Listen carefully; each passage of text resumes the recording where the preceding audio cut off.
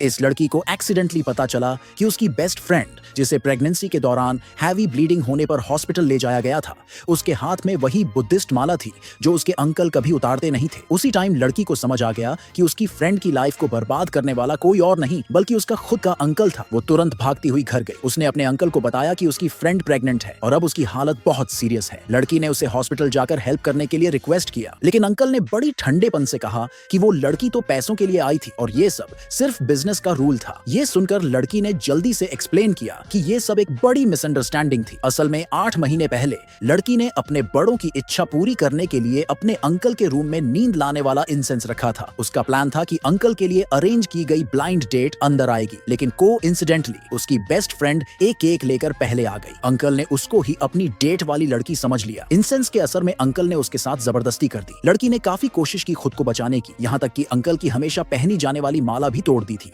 लेकिन अंकल की physical strength के आगे वो हार गई। उस हादसे के बाद जब अंकल ने उसे चुपचाप रोते हुए देखा तो उसे गिल्ट फील हुआ। अंकल ने उसे 10 लाख का चेक कॉम्पनसेशन के तौर पर दिया। लड़की कुछ बोले बिना चेक लेकर चली गई, क्योंकि अब कुछ भी बदलना पॉसिबल नहीं था। 8 महीने बाद लड़की अपनी प्रेग्नेंट फ्रेंड को सीढ़ियों से नीचे उतारते हुए उस आदमी को कोस रही थी जिसने उसकी फ्रेंड की लाइफ खराब कर दी थी। लेकिन उससे पहले कि वो कुछ और कहती, अंकल कार लेकर वहां आ गया। उस टाइम फ्रेंड और अंकल एक दूसरे के पास से गुजर गए बिना एक दूसरे को पहचाने। भले ही प्रेगनेंसी काफी आगे बढ़ चुकी थी और फाइनेंशियल कंडीशन भी बहुत खराब थी, लड़की की फ्रेंड अभी भी डिलीवरी का काम कर रही थी। उसे बच्चे की डिलीवरी और अपनी कॉलेज की फीस भरने के लिए पैसे चाहिए थे, लेकिन एक डिलीवरी से पहले अचानक उसे पेट में तेज दर्द हुआ। उसने फटाफट अपने भाई को कॉल करने की कोशिश की, पर उसका भाई और भाभी स्टॉक मार्केट के चक्कर में इतने बिजी थे कि उन्होंने फोन ही नहीं उठाया। दर्द के मारे लड़की बेहोश हो गई। खुशकिस्मती से किसी ने उसे टाइम पर देखा और हॉस्पिटल ले गया। जब ये सब पता चला तो वो भागती हुई हॉस्पिटल गई अपनी फ्रेंड को सपोर्ट करने के लिए। उसने उसे खूब मोटिवेट किया और फिर से उस आदमी को कोसा